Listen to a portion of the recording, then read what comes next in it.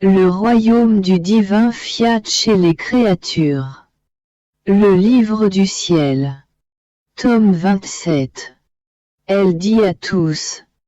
Je ne peux pas descendre de l'intérieur du divin fiat. Je ne veux pas non plus en perdre une seule goutte. Car je perdrai alors mes droits et si je ne veux pas faire cela. C'est plutôt à vous de venir, et la volonté de tous sera une. Ainsi nous vivrons tous une vie commune. Mais tant que vous resterez en bas, au niveau de la volonté humaine, comme le soleil, je vous donnerai les effets de la divine volonté. Cependant, sa vie sera toujours mienne. Je prierai en vous attendant dans la volonté de notre Créateur. L'âme qui vit dans ma volonté est le vrai soleil, en qui apparemment on ne voit rien d'autre que de la lumière et on ne sent rien d'autre que de la chaleur. Mais que de bien n'y a-t-il pas à l'intérieur en plus de la lumière et de la chaleur?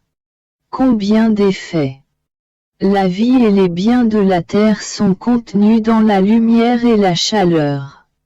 De la même manière, avec celle qui vit dans mon divin fiat, on ne voit en apparence qu'une créature, mais à l'intérieur se trouve une divine volonté, qui soutient tout le ciel et la terre, et qui ne veut pas laisser inactive celle qui possède un si grand bien.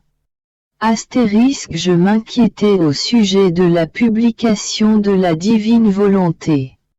J'aurais voulu à tout prix empêcher que certaines choses me concernant, et beaucoup d'autres choses que mon bien-aimé Jésus m'avait dites, soient publiées.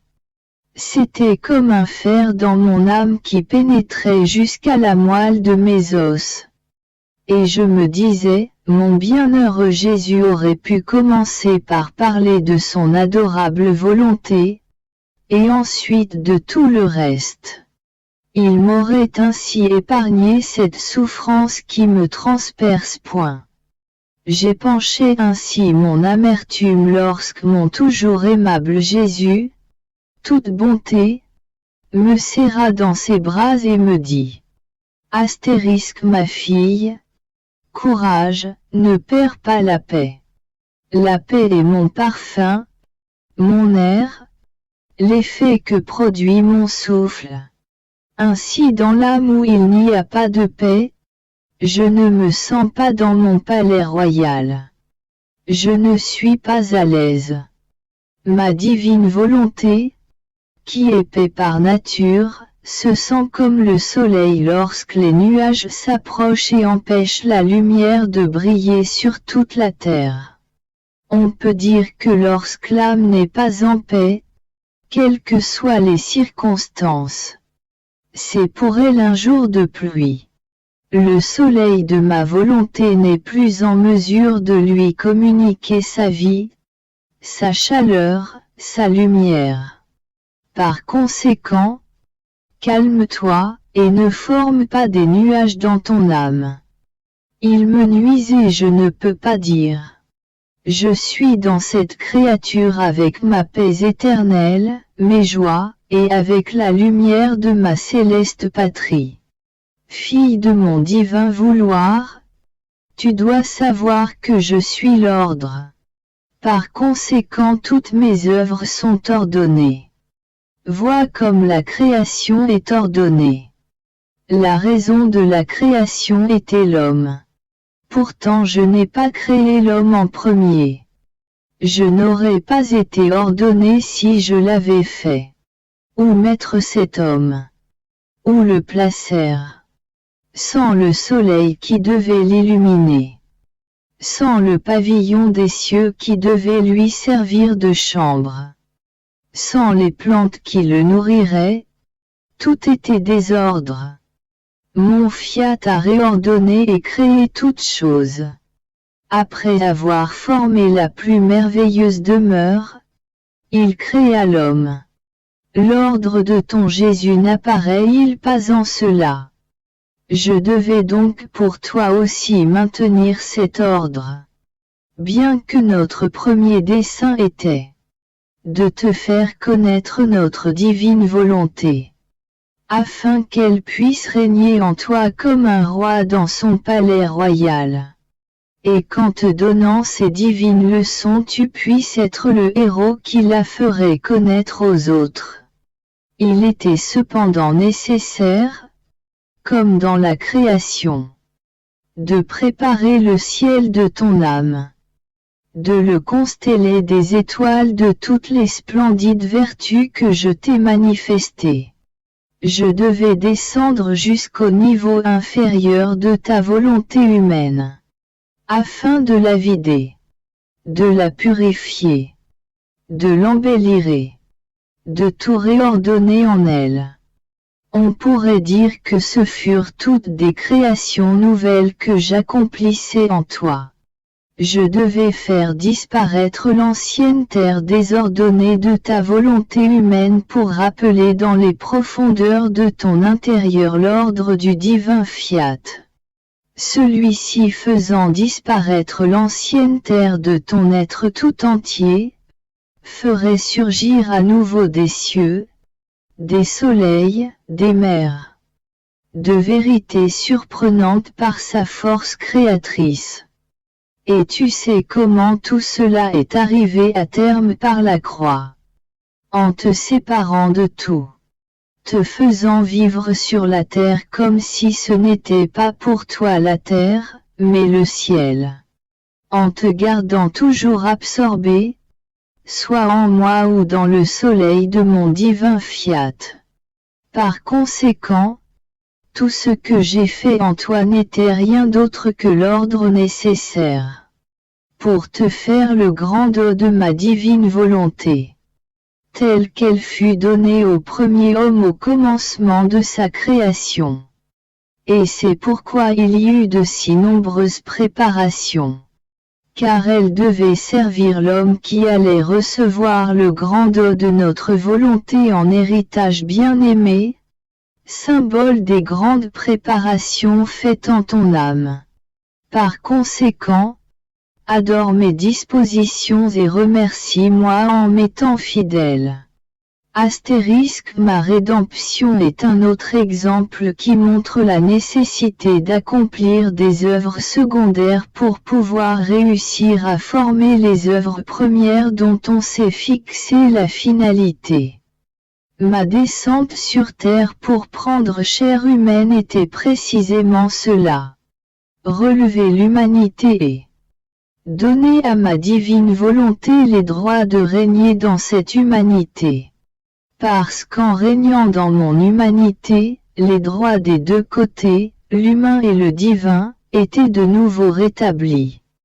On peut dire cependant que je n'en ai rien dit, sinon quelques mots, pour faire comprendre que j'étais venu dans le monde uniquement pour faire la volonté du Père Céleste afin de montrer sa grande importance.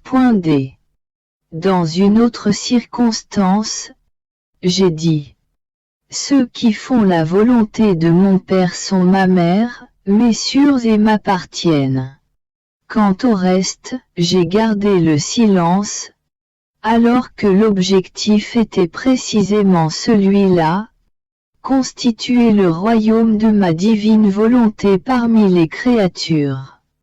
En fait, il était juste que je mette non seulement les créatures en sûreté, mais que je place aussi ma divine volonté en sûreté, en lui redonnant ses droits sur toute chair, comme je les lui avais donnés sur la mienne, sinon, il y aurait eu un désordre dans l'œuvre de rédemption. Comment pouvais-je mettre en sûreté les créatures, et laisser nos droits divins, ceux de notre fiat, sans aller à la dérive et tomber en ruine? Ce n'était pas possible. Mais même si le dessein premier était de régler tous les comptes de ma divine volonté, en tant que céleste médecin, j'ai accepté de faire des guérisons. J'ai parlé du pardon, du détachement. J'ai institué des sacraments. J'ai enduré d'atroces souffrances, jusqu'à la mort. On peut dire que c'était la nouvelle création que je préparais afin que les créatures puissent recevoir ma divine volonté en reine au milieu de son peuple, et la laisser régner. C'est ce que j'ai fait avec toi premièrement. Je t'ai préparé. Je t'ai parlé des croix, des vertus, de l'amour, pour te disposer à écouter les leçons de mon fiat afin que, le connaissant, tu l'aimerais. Afin que, sentant en toi les grands bénéfices de sa vie, tu veuilles alors donner sa vie à tous, en le faisant connaître et aimer, et le laisser régner. Astérisque les privations continuelles de mon dos. Jésus me peinait beaucoup sans lui, tout me manquait. Avec Jésus, tout est à moi, tout m'appartient. Il me semble que je suis dans la maison de Jésus. Et lui, doucement, avec une gentillesse admirable, me dit, astérisque, tout ce qui est à moi est à toi. Mieux encore, je ne veux pas que tu me dises ton ciel, ton soleil, toutes tes choses créées. Tu dois plutôt me dire notre ciel, notre soleil, notre création. En fait, dans ma divine volonté, tu créais avec moi. Et poursuivant ta vie en elle, tu t'offrais avec moi en la préservant. Par conséquent, ma fille, tout est à toi. Tout est à nous. Si tu ne considères pas que ce qui est à moi t'appartient pleinement, tu te tiens à distance. Tu montres que tu n'es pas une avec la famille céleste, que tu ne vis pas dans la maison de ton divin Père, et tu briserais le lien familial avec ton Jésus. Ainsi, sans lui, je me sens rejeté de sa famille, hors de sa maison, et oh, quel terrible et douloureux changement je ressens dans ma pauvre âme. Je me sens privé de celui qui, seul, peut me donner la vie. J'éprouve le véritable abandon et ce que signifie être sans Jésus. Oh, comme cet exil me pèse, et je ressens très vivement ce besoin extrême de ma céleste patrie. De nombreuses pensées oppressantes inondaient mon esprit, blessant ma pauvre petite âme et la menant pour ainsi dire à la dernière agonie. Alors ma chère vie, mon doux Jésus, s'éleva comme un soleil. Les pensées oppressantes s'enfuirent. D'un ton très doux, il me dit, ma fille, courage. Ne te laisse pas abattre. Ne sais-tu pas que tu dois parcourir ton chemin dans ma divine volonté?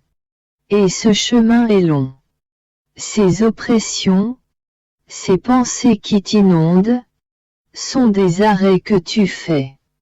Bien que tu ne quittes pas la route, le voyage que tu devrais faire est quelque peu arrêté. Ton Jésus ne veut pas de cette marche arrière. Il veut que tu marches toujours, sans jamais t'arrêter.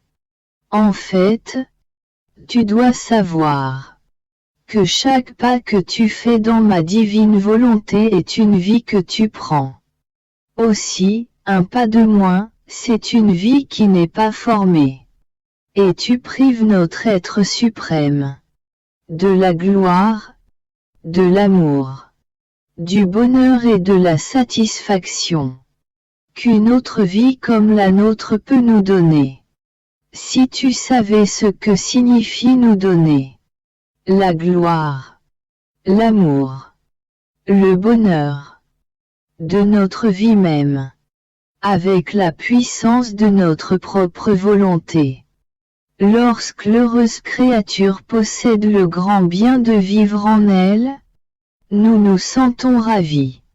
Sa force de ravissement est si grande que nous bilocalisons notre être divin pour l'enfermer dans le pas, dans l'acte, dans le petit amour de la créature, pour avoir la très haute satisfaction de recevoir, par elle, notre vie, notre gloire et tous nos biens.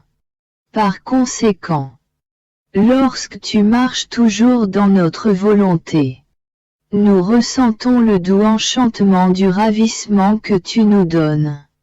Tandis que si tu ne marches pas, nous ne sentons pas ce doux enchantement de ton ravissement, le doux son de tes pas.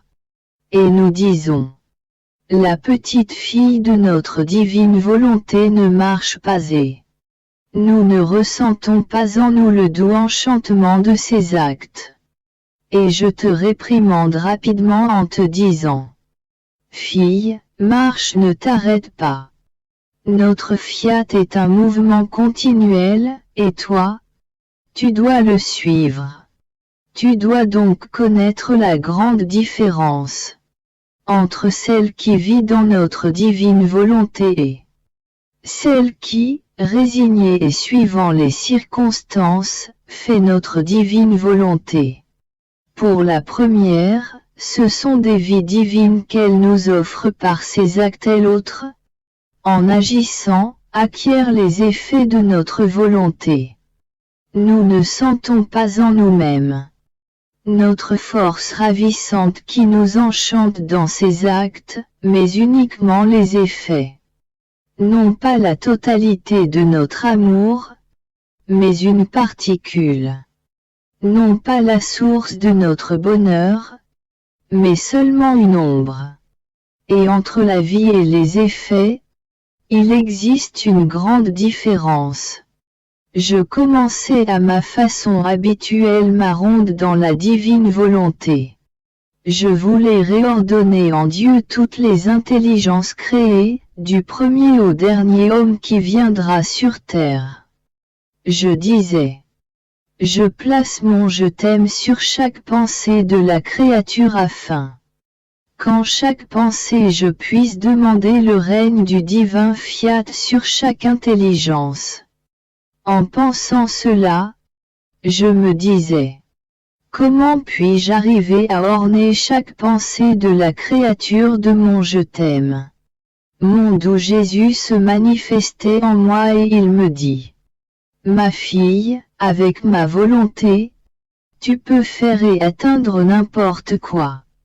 Tu dois savoir qu'avant le péché, dans chaque regard, pensée, pas, parole et battement de cœur, l'homme donnait son acte à Dieu, et Dieu donnait son acte continuel à l'homme.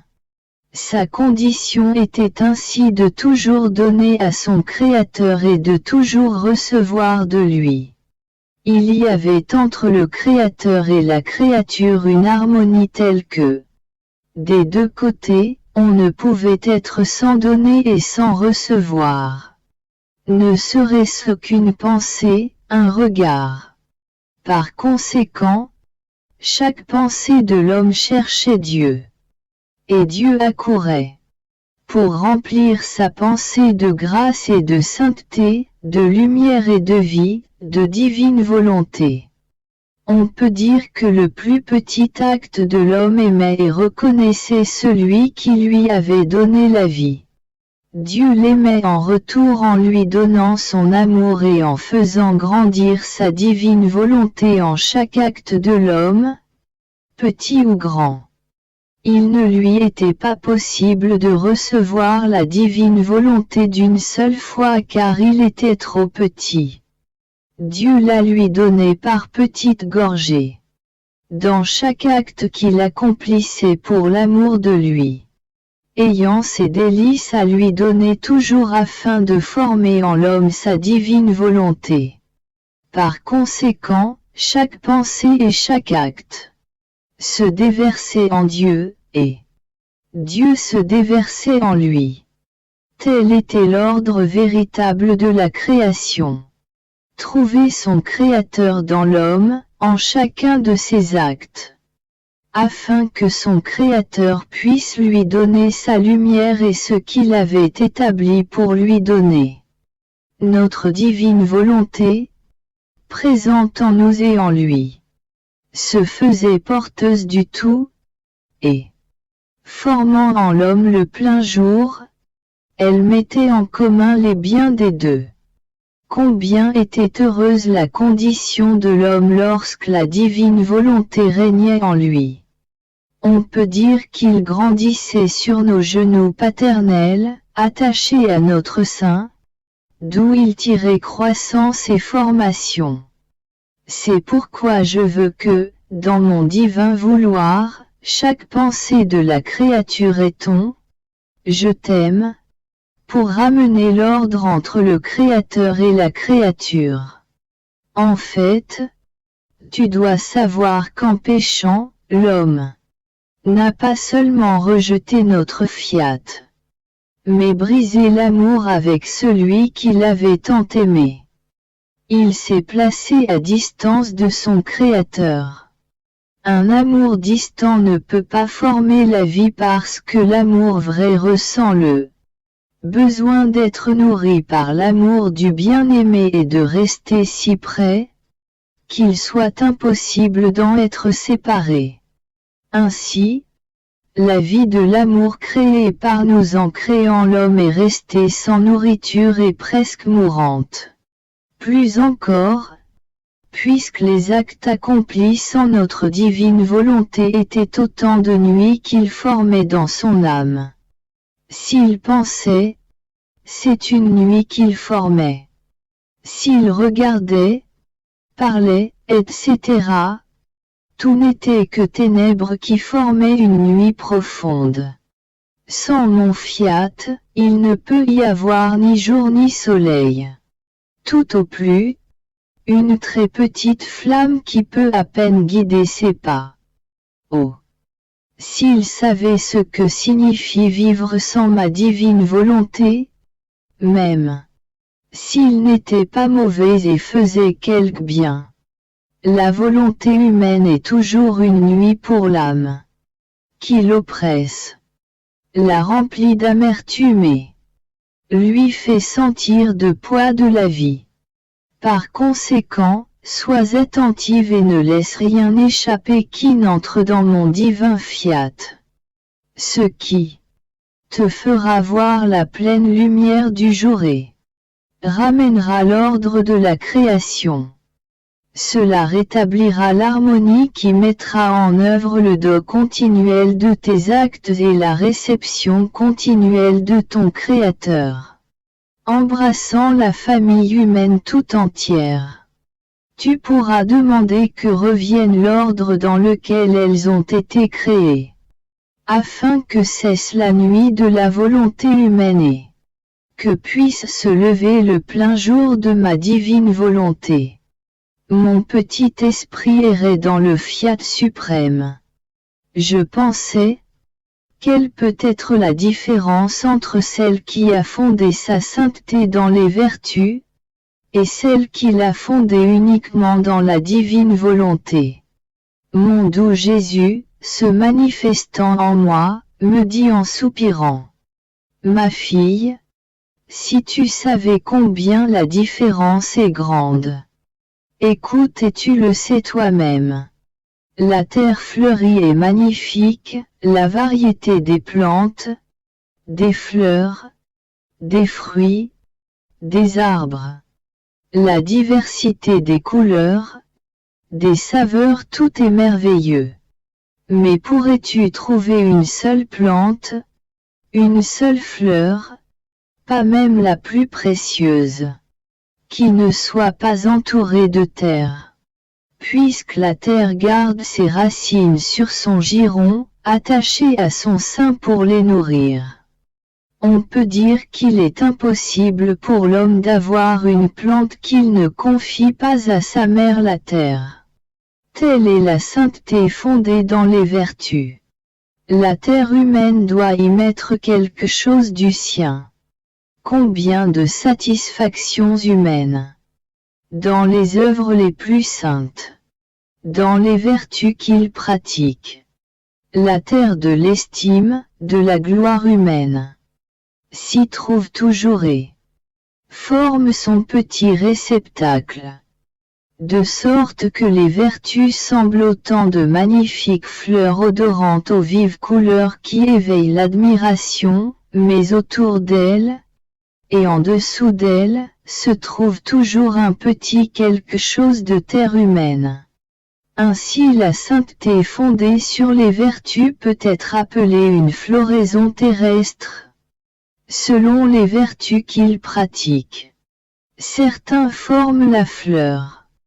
Ceux-là la plante. D'autres l'arbre.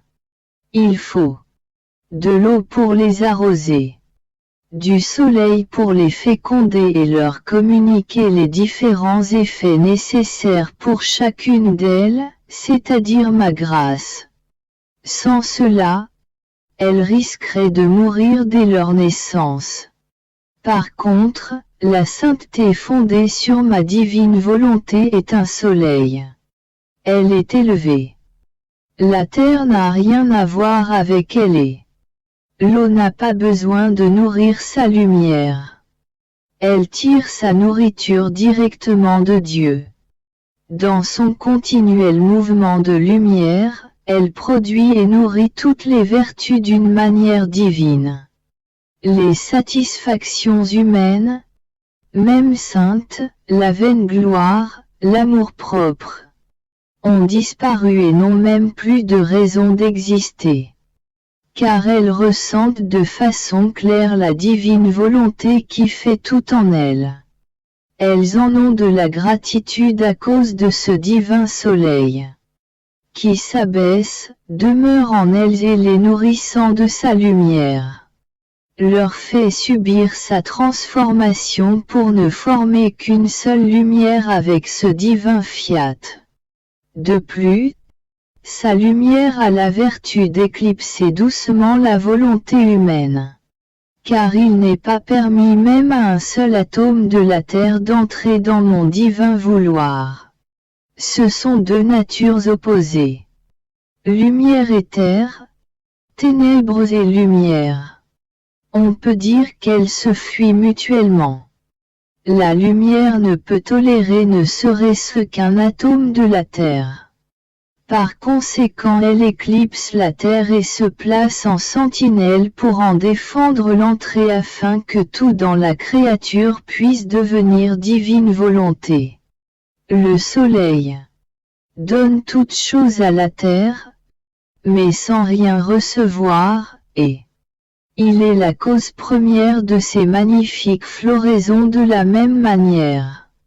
Celles qui trouvent leur vie et leur sainteté dans ma volonté sont avec elles les nourricières de la sainteté fondée dans les vertus.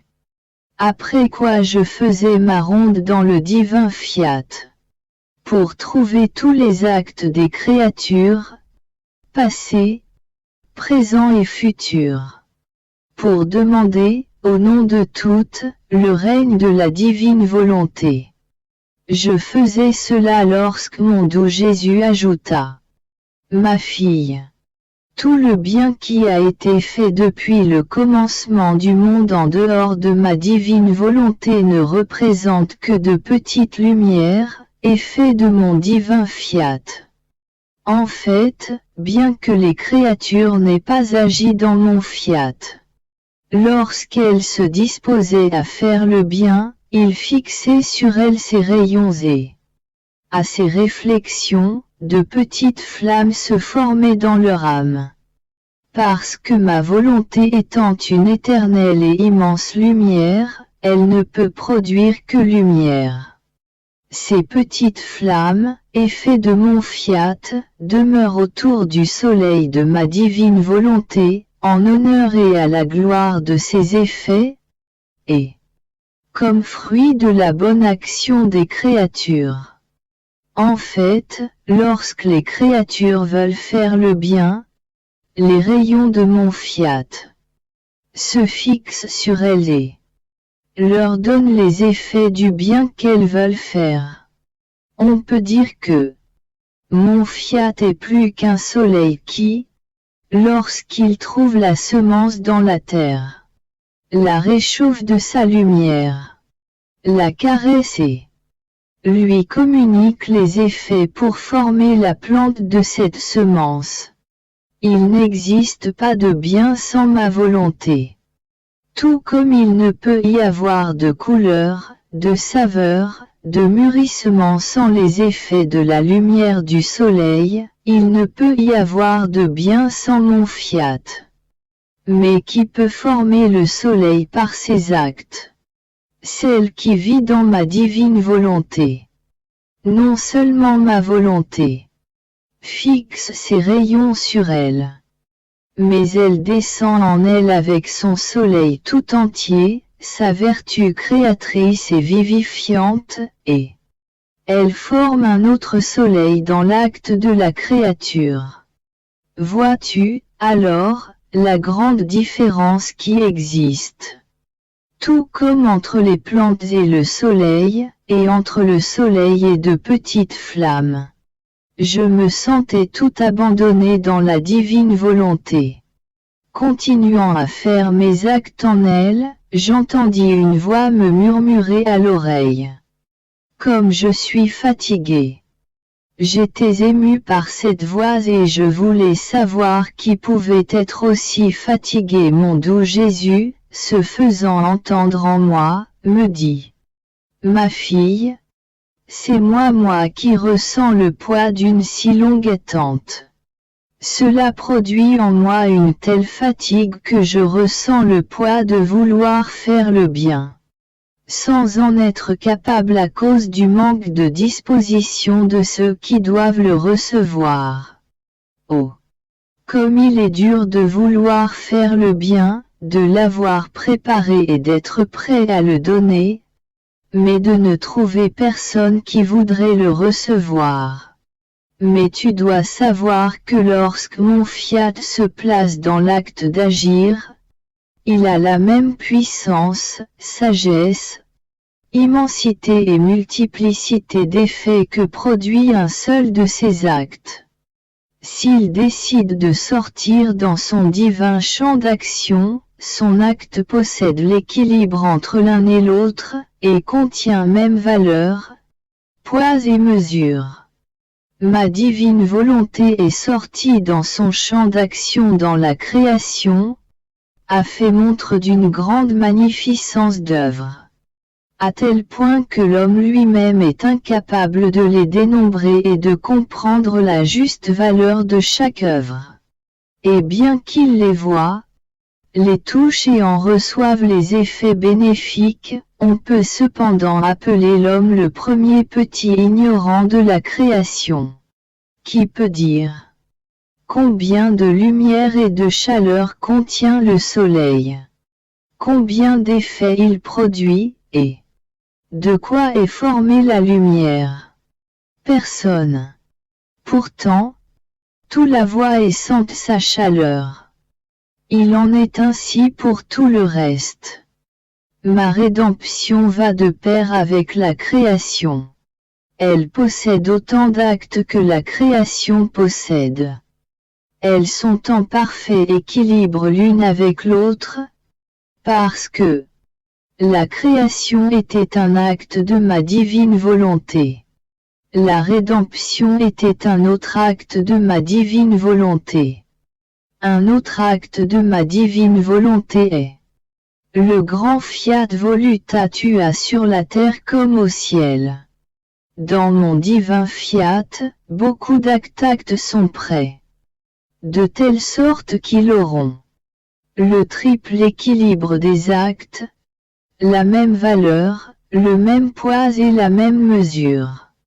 Je suis obligé d'attendre, et je ressens en moi-même la multiplicité de ces actes, que je veux accomplir, sans les accomplir. parce que le royaume de mon fiat n'est pas connu et ne règne pas sur la terre. Ainsi j'éprouve une telle lassitude que j'en deviens impatient et je dis: comment est-il possible qu'il ne veuille pas recevoir mes bienfaits? Et je demeure consterné parce que mes actes, la puissance de mon divin vouloir, sa lumière, son bonheur et sa beauté, ne fraternisent pas avec les créatures et ne sont pas en elles. Par conséquent, aie pour moi de la compassion si tu me vois taciturne. C'est le trop-plein de lassitude causé par cette longue attente qui me réduit au silence. Je continuai ma ronde dans le divin fiat pour m'unir à tous les actes qu'il avait accomplis par amour de nous toutes, ses créatures. J'étais arrivé au point où mon aimable Jésus s'humiliait dans des actes humains, tels que téter le lait de sa maman, prendre de la nourriture, boire de l'eau, s'abaisser même à travailler. J'étais stupéfaite de voir que Jésus, par sa nature, n'avait besoin de rien. Il possédait en lui la puissance créatrice de tout bien. Il pouvait se passer des choses qu'il avait créées. Je pensais à cela lorsque mon doux Jésus, se faisant voir et entendre en moi, me dit: ma fille, il est vrai que je n'avais besoin de rien. Mais mon amour, descendu du haut des cieux vers le bas de la terre, ne pouvait pas demeurer tranquille ou immobile. Je sentais le besoin irrésistible de laisser sortir mon amour et d'aimer dans les actes mêmes que devait faire la créature. Je les faisais pour laisser courir vers elle mon amour et pouvoir lui dire: vois combien je t'ai aimé. Je voulais descendre dans tes actes les plus petits, dans tes nécessités, dans ton travail, en toutes choses, pour te dire que je t'aime, te donner mon amour et recevoir ton amour. Mais veux-tu connaître la raison principale pour laquelle je me suis abaissé au point d'accomplir autant d'actes humbles et humains? Je ne devais pas les faire. Mais je les ai faits afin d'accomplir, en chaque acte, la divine volonté. Toutes les choses se présentaient devant moi, pour ce qu'elles étaient en elles-mêmes. Là d'où elles venaient, scellées par le divin fiat. Je les prenais parce que le divin fiat le voulait. On peut dire qu'il y avait une compétition entre ma divine volonté que, par nature, comme verbe du Père céleste, je possédais en moi, et cette même divine volonté répandue dans la création tout entière. Ainsi, en toutes choses, je ne savais et ne voyais rien d'autre que ma divine volonté. La nourriture, l'eau, le travail. Tout disparaissait, et c'était toujours pour moi ma divine volonté qui était présente. Et lorsque ma divine volonté me faisait descendre dans les actes humains des créatures, j'appelais tous les actes humains de chacune d'elles, afin qu'elles puissent recevoir le grand don de voir ma divine volonté descendre comme acte premier et vie de leurs actes. Oh! Si les créatures voyaient les choses créées pour ce qu'elles sont en elles-mêmes, leur origine, qui est celui qui les nourrit et les préserve, et qui est le porteur de tant de choses qui servent la vie humaine, oh, combien elles aimeraient ma divine volonté et prendraient la substance des choses créées. Mais les créatures regardent l'extériorité des choses et elles y attachent par conséquent leur cœur, se nourrissent de leur écorce, perdant ainsi la substance présente en chaque chose créée, laquelle est sortie de nous afin de permettre aux créatures d'accomplir de nombreux actes de notre divine volonté. À mon grand chagrin, je suis obligé de voir que les créatures ne prennent pas la nourriture et l'eau, ne font pas leur travail pour recevoir et accomplir mon divin vouloir, mais par nécessité et pour satisfaire la volonté humaine. Et mon divin fiat est sorti de leurs actes, alors que nous avons créé tant de choses pour placer notre divine volonté comme dans une banque parmi les créatures. En ne l'utilisant pas, elles la maintiennent comme en un acte continuel de faillite. Tout le bien qu'elles devraient prendre si en toutes choses elles accomplissaient et prenaient ma divine volonté reste perdu pour elles. Nous restons avec la tristesse de ne pas voir notre divine volonté régner en reine dans tous les actes humains des créatures. Après quoi je continuai mon abandon dans le divin fiat. Je ressentais le grand besoin de rester dans sa mer de lumière sans jamais en sortir. Je le ressentais comme un battement de cœur, une respiration. Un air qui m'insufflait la vie et me maintenait dans l'ordre, l'harmonie, la dissolution de mon petit atome dans sa mer divine. Mais alors que mon petit esprit était envahi par des pensées de la divine volonté, mon doux Jésus ajouta: Ma fille, il n'y a d'ordre, de repos et de vie véritable que dans ma divine volonté. En fait, la vie de chaque créature, son premier acte de vie, est formé dans le sein de son Créateur. Puis, comme une naissance, nous la sortons à la lumière du jour. Nous avons en nous la vertu génératrice, la créature est notre enfant. Ainsi elle porte en elle la semence qui génère. Avec cette semence la créature forme beaucoup d'autres naissances. En continuant à manifester sa vie, elle forme la naissance de ses saintes pensées, de ses chastes paroles, et le merveilleux enchantement de ses œuvres, le doux bruit de ses pas, des rayons éclatants de ses battements de cœur. Toutes ces naissances qui sont formées par les créatures font leur chemin et montent vers leur Créateur, pour le reconnaître comme leur Père, pour l'aimer, pour l'entourer du cortège de sa longue descendance, comme notre gloire est celle de notre vertu génératrice. Mais pour que notre vertu génératrice soit féconde, il faut que notre divine volonté domine dans la naissance, la créature, qui sort de nous. Autrement il y a le danger que cette créature soit transformée en brute et perd la vertu génératrice du bien. Si elle génère, c'est pour générer des passions, des faiblesses et du vice. Il leur manque la vertu de pouvoir monter vers nous. En plus, ces naissances sont condamnées comme ne nous appartenant pas. Je pensais à l'incarnation de mon doux Jésus dans le sein maternel de la céleste souveraine. Mon doux Jésus, se manifestant à l'extérieur de moi, me serra dans ses bras avec une inexprimable tendresse. Il me dit: Astérisque ma fille. Astérisque la création fut une ardeur d'amour si intense et si grande, qu'en débordant de notre être divin, elle investit l'univers tout entier et se répandit partout.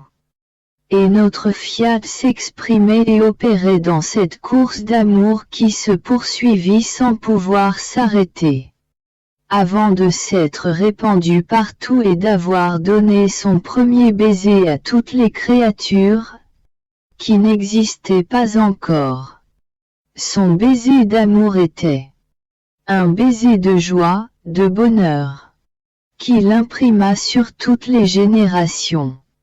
Notre divin Fiat, qui participait à cette course, ne s'est pas contenté d'un seul baiser, mais s'est prononcé en formant des soleils, des cieux, des étoiles, des mers et la terre, et tout ce qui peut être vu dans le grand vide de l'univers. Ainsi, l'ardeur de notre amour dans la création fut une ardeur de célébration, d'amour, de bonheur et de joie, avec laquelle nous devions jouer et faire les délices de toutes les créatures. Astérisque en m'incarnant dans le sein maternel. L'ardeur d'amour que nous ne pouvions plus contenir et qui débordait suivait la même course que dans création. C'était une ardeur d'amour, de tendresse, de compassion, de miséricorde.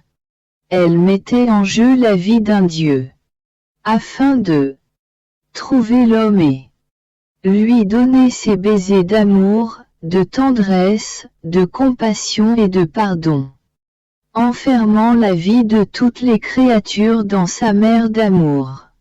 Elle lui donnait le baiser de vie, offrant sa vie d'amour pour donner la vie à l'homme. Notre amour atteignait l'excès dans l'incarnation, parce qu'il n'était pas, comme dans la création, un amour qui célèbre et se réjouit, mais un amour douloureux, souffrant et sacrificiel qui donnait sa vie pour refaire la vie de l'homme. Mais notre amour n'est pas encore satisfait. Mets ta main sur mon cœur et sens comme il bat, au point que je sens qu'il explose. Tends l'oreille et entends comme il bouillonne, semblable à une mer en tempête, qui forme des vagues gigantesques et veut déborder pour tout recouvrir. Astérisque, il veut faire sa troisième course d'amour. Dans cette ardeur d'amour, il veut former le royaume de ma divine volonté. Cette ardeur d'amour s'unira à celle de la création et à celle de l'incarnation, pour n'en former qu'une seule. Elle sera l'ardeur de l'amour triomphant. Elle donnera son baiser d'amour triomphant, d'amour conquérant, d'amour qui triomphe de tout, pour donner son baiser de paix éternelle, son baiser de lumière qui mettra en fuite la nuit de la volonté humaine, en faisant se lever le plein jour de ma divine volonté, porteuse de tout bien. Comment j'attends ce jour! Notre amour bouillonne tellement en moi que je ressens la nécessité de le laisser déborder. Si tu savais quel soulagement je ressens lorsque, le laissant déborder avec toi, je te parle de mon divin vouloir, l'ardeur de mon amour, qui me fait délirer de fièvre, se calme. Et me sentant apaisé, je me mets à l'œuvre pour que tout en ton âme puisse être ma volonté. Par conséquent, sois attentive et laisse-moi faire. Après quoi mon pauvre esprit errait dans l'amour de mon doux Jésus. Je vis devant moi une grande roue de lumière qui brûlait plus qu'un feu, avec autant de rayons que de créatures venues et à venir à la lumière du jour. Ces rayons investissaient chaque créature. Avec une force ravissante, ils les capturaient dans le centre de la grande roue de lumière. Là il y était Jésus qui les attendait au sein de son amour pour les dévorer. Non pas pour les faire mourir, mais pour les enclore dans sa petite humanité afin de les faire renaître et grandir, de les nourrir de ses flammes dévorantes et leur donner une vie nouvelle, une vie toute d'amour. Mon petit Jésus, qui venait de naître, enfermait en lui la grande naissance de toutes les générations. Mieux qu'une tendre mère qui porte en elle une vie naissante pour les amener à la lumière, formée par son amour. Mais avec des souffrances inouïes, même avec sa mort. Puis mon tendre Jésus, si petit, centre de cet abîme de flammes, me dit, regarde-moi et écoute-moi. Ma fille, au centre de cet abîme de flammes. Je ne respire que des flammes. Je ne sens dans mon souffle que les flammes de mon amour dévorant que m'apporte le souffle de toutes les créatures. Dans mon petit cœur palpitent des flammes qui s'étendent et capturent les pulsations de toutes les créatures pour les placer dans mon cœur, et je sens toutes ces palpitations dans mon petit cœur. Tout est flamme jaillissant de mes petites mains, de mes petits pieds immobiles. Ah!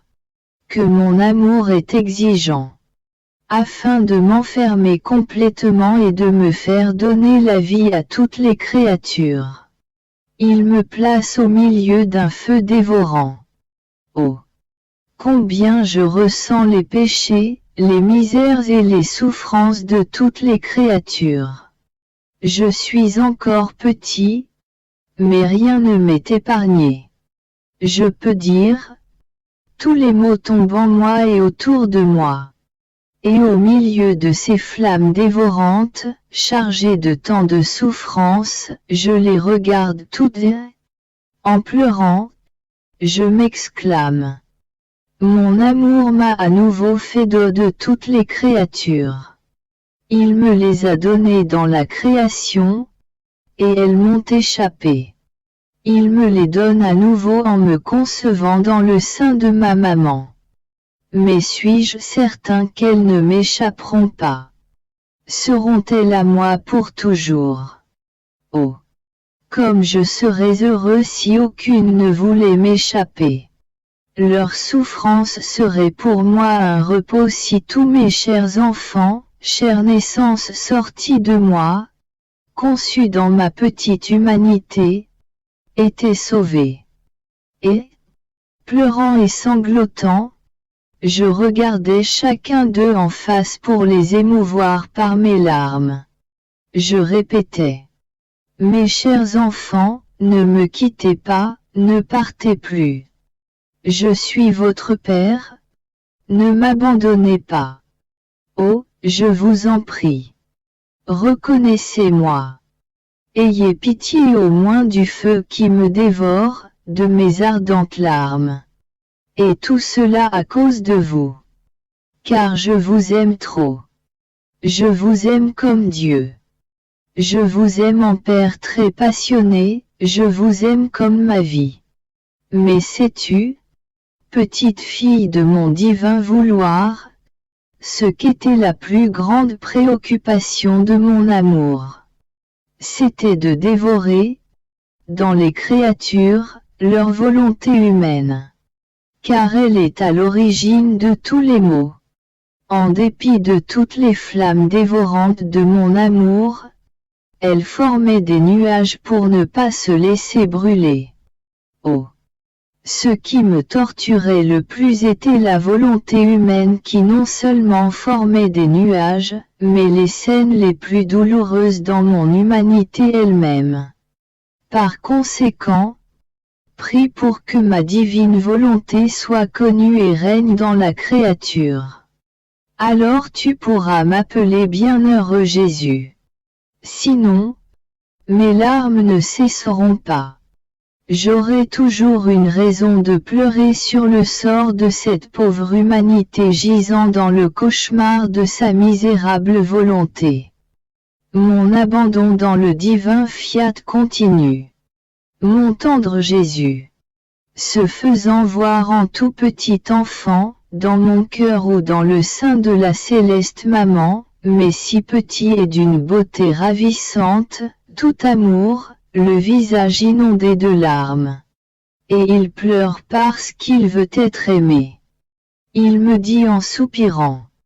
Ah! Ah! Pourquoi ne suis-je pas aimé? Je veux renouveler dans les âmes tout l'amour que j'avais en m'incarnant, mais je ne trouve personne à qui le donner. En m'incarnant, ma maman souveraine me laissa donner libre cours à mon amour. Elle recevait dans son cœur maternel tout l'amour que rejetaient les créatures. Ah! Elle était le dépositaire de mon amour repoussé, la douce compagne de mes souffrances, et l'ardent amour qui séchait mes pleurs. Les plus grandes œuvres ne peuvent pas être accomplies par soi tout seul. Il faut être au moins 2 ou 3, en dépositaire et nourricier de l'œuvre elle-même. Sans être nourris, les œuvres ne peuvent pas savoir la vie. Le danger existe qu'elles meurent dès leur naissance. Cela est si vrai que dans la création, les 3 personnes divines étaient présentes. Puis nous avons fait l'homme dépositaire de notre œuvre. Non encore satisfait. Car les œuvres seules n'apportent pas le bonheur. Nous lui avons donné la compagnie de la femme. Dans l'incarnation, les 3 personnes divines participaient.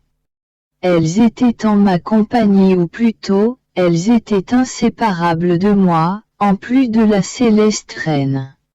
Elle-même était la dépositaire divine de tous les biens de l'incarnation. Tu vois ainsi combien la compagnie de la créature m'est nécessaire pour former mon œuvre.